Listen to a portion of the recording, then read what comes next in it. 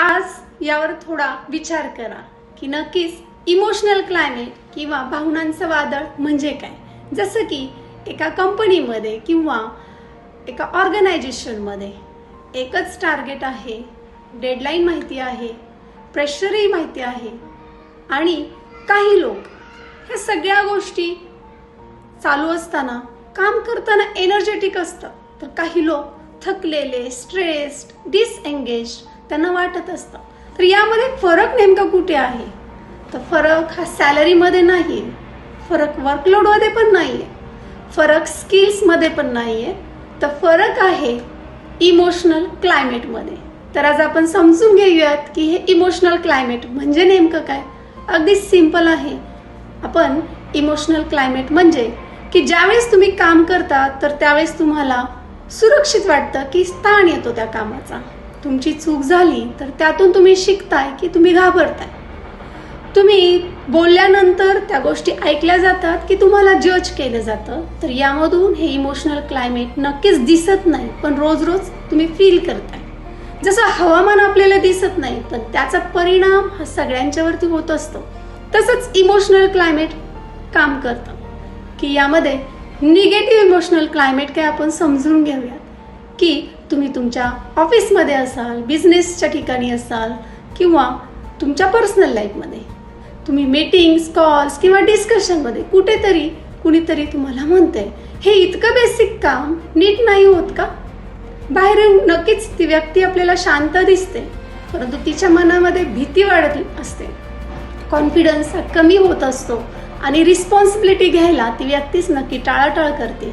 याचा रिझल्ट म्हणजेच लोक आयडियाज देणं थांबवतात. फक्त मिनिमम काम केलं जातं आणि ओनरशिप ही टाळली जाते, ज्यामुळे परफॉर्मन्स हळूहळू खाली होतो आणि याचं कारण कुणालाही समजत नाही. तर त्याच्या उलट पॉझिटिव्ह इमोशनल क्लायमेट की अगदी सेम सिच्युएशन आहे, की सेम चूक आहे, प्रेशरही तितकाच आहे, डेडलाईन पण त्याच आहे, पण तुम्ही कशा पद्धतीने रिस्पॉन्स करताय की ठीक आहे, पाहूया काय झालं, यातून आपण काय शिकू शकतो आणि पुढच्या वेळेस ही चूक माझ्याकडने नक्कीच होणार नाहीये, मी इम्प्रूव्ह करणार आहे. त्या एका रिस्पॉन्समुळे तुमच्या मनातली भीती ही कमी होतीये, क्लॅरिटी वाढते, तुमच्या स्वतःवरचा विश्वास हा वाढतोय. त्याच्यामुळे नक्कीच तुमचा परफॉर्मन्स नॅचरली वाढायला लागणार आहे. तर हे इमोशनल क्लायमेट का काम करतं? कारण ज्यावेळेस आपण सुरक्षित वाटणारा माणूस चांगले निर्णय घेऊ शकतो, तर नक्कीच आपलं मन शांत असेल तर कामावरचा फोकस हा वाढतो आणि ज्या ठिकाणी आपल्याला रिस्पेक्टफुली आपल्या गोष्टींना महत्त्व दिलं जात आहे, तर त्या ठिकाणी नक्कीच आपण एक्स्ट्रा एफर्ट्स द्यायला सुरुवात करतो आणि ज्यामधून प्रेशर कमी करून आपण नक्कीच कामामधली कन्सिस्टन्सी वाढवण्याचा प्रयत्न करतो. म्हणून एक लीडर म्हणून फक्त डेजिग्नेशन नाही, लीडर म्हणून तो बिझनेसमध्ये ओनर असू देत, ऑफिसमध्ये मॅनेजर असू देत, टीम लीडर असू देत, सिनियर प्रोफेशनल्स किंवा स्वतःचं तुम्ही काम करत आहात, तर त्या ठिकाणी तुम्ही कशा पद्धतीने लोकांना इन्फ्लुएन्स करताय, तर ते तुम्ही कशा पद्धतीने इमोशनल क्लायमेट तयार करताय ते अगदी महत्त्वाचं आहे. की तुमचा बोलण्याचा टोन, तुमची उत्तर देण्याची पद्धत आणि तुमचा प्रेझेन्स हे सगळं हे क्लायमेट ठरवतं. तर नक्कीच ज्यावेळेस तुम्ही एक मायक्रो हॅबिट स्वतःमध्ये सेट करू शकता की तुमच्या कॉन्व्हर्सेशनला सुरुवात होण्याआधी, तुमच्या मीटिंग्समध्ये काही डिसिजन्स घेण्यापूर्वी थोडा वेळ थांबा, एक पॉज घ्या 10 सेकंदांचा, स्वतःला एक प्रश्न विचारा की मी आता या ठिकाणी क्लॅरिटी देणार आहे की अँक्झायटी वाढवणार आहे. हा एक प्रश्न पूर्ण वर्कप्लेस, टीम आणि तुमचं स्वतःचं मनही बदलू शकतो.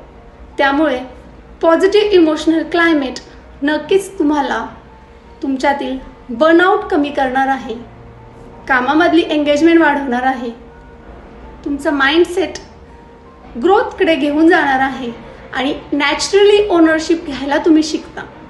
तर लोक नक्कीच ऑर्गनायझेशन सोडत नाहीत आणि त्यामुळे आपलं लोकांच्या बाबतीत इमोशनल क्लायमेट हे आपल्याला मॅनेज करता आलं पाहिजे की याचा रिझल्ट नक्कीच टार्गेट्स अचीव होण्यासाठी होतो व तुमचा बिझनेस हा तुमची सेल्फ ग्रोथ लॉंग टर्म सक्सेससाठीही हा इमोशनल क्लायमेट तितकाच महत्त्वाचा आहे.